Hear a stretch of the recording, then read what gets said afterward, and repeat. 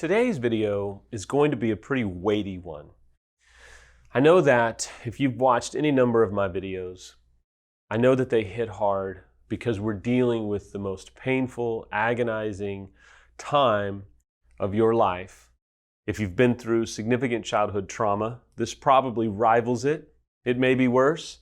It may be a little bit better than what you experienced, but nonetheless, these conversations are very intense and strike at the core of who we are.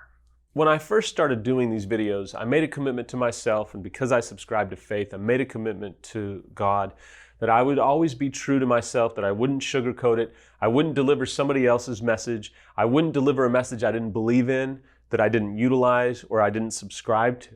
And today I want to help you. This is a video for those that are years down the road.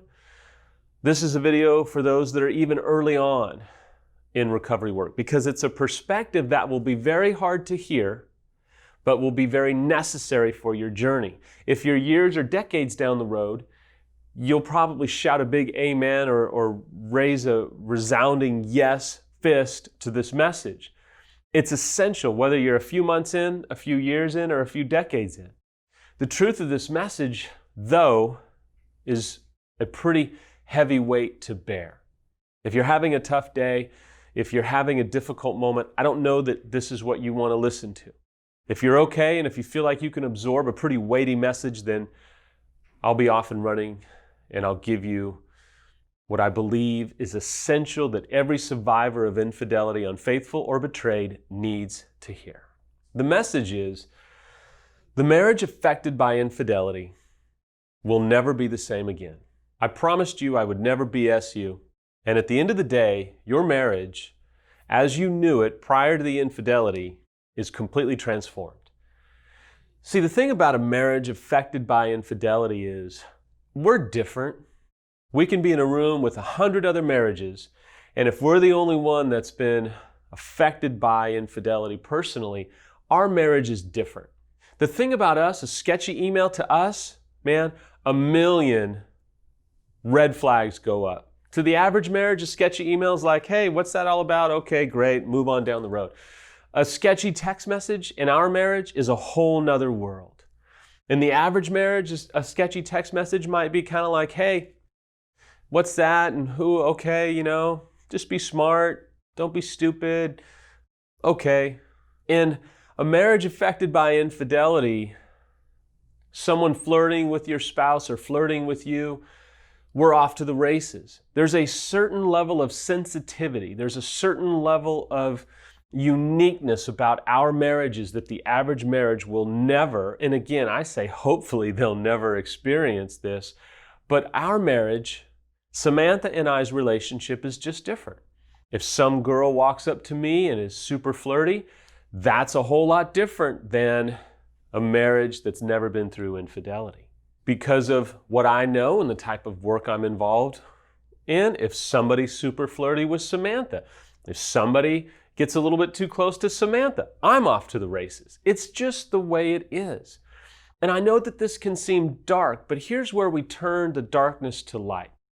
The great thing about our marriage is that our marriage is different than the average marriage. You see, I've both had the privilege, the honor, but the weight of looking into Samantha's eyes and seeing her weep due to the choices that I've made. I've had Samantha stare deep into my eyes and feel the weight of my own choices upon myself, how it's affected me, how I've felt so much shame, how I've had to stare down suicide, how I've had to stare down an enormous amount of pain that has made me want to run for the hills. The way Samantha and I look at each other is completely naked, completely vulnerable. We have seen each other at our worstness.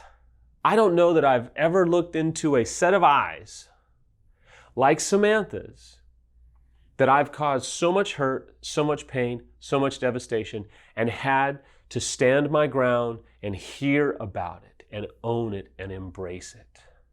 I don't know that Samantha's ever had to stare into another set of eyes like mine, her betrayer, and share what she's had to share and forgive what she's had to forgive and uphold what she's decided to uphold. There is a level of vulnerability. There's a level of connection with her that I do not have with anyone. It's a level of connection that has gone through a desert of complete devastation, complete loneliness, complete hatred, resentment, bitterness, wishing for me to be dead, wishing for me to leave her life, despising me. We have seen each other at each other's worst. We've seen each other at each other's best. Our marriage is different. We have chosen to pursue a new marriage. We've chosen to look at the scorched earth around us and choose to still love each other. Our marriage is radically different than the average marriage. Our closets have been cleaned out. She knows everything about my trauma. She knows everything about childhood issues. She knows everything about what I'm capable of and has chosen to love me regardless. What a woman. What a human being. For us, all the untouchables have been touched. All the unspeakables have been spoken about.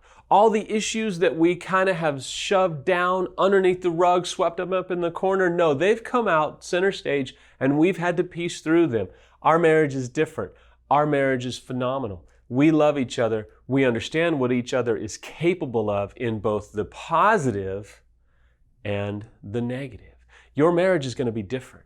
And if you can pursue recovery work, and if you can do the right work, and if you can actually heal, you will thank God if you subscribe to faith for the marriage that you have experienced. If you don't subscribe to faith, you will look at each other with a level of gratitude and a level of honor and a level of thanks that will amaze you, because when you look into your partner's eyes, you see what you've never had to see before, what you've never been able to see before.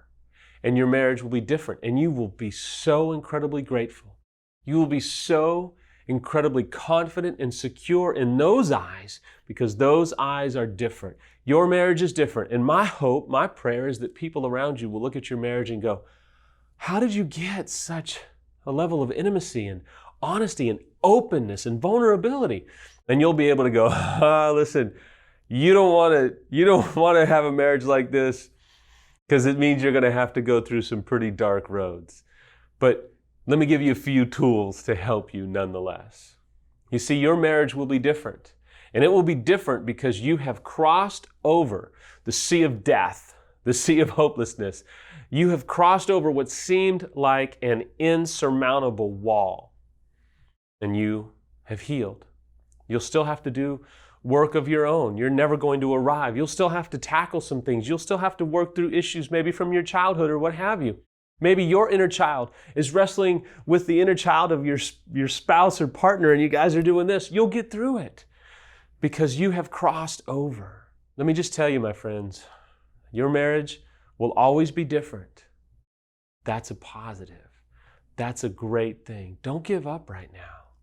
Don't give up on what you may not be able to see, but I promise you it's there. If you're a divorced survivor, listen, maybe you choose to remarry, maybe you don't. I just want to honor the fact that you will always be different because you've been through infidelity, and that's okay. You're a survivor. You can put that badge on and go, no.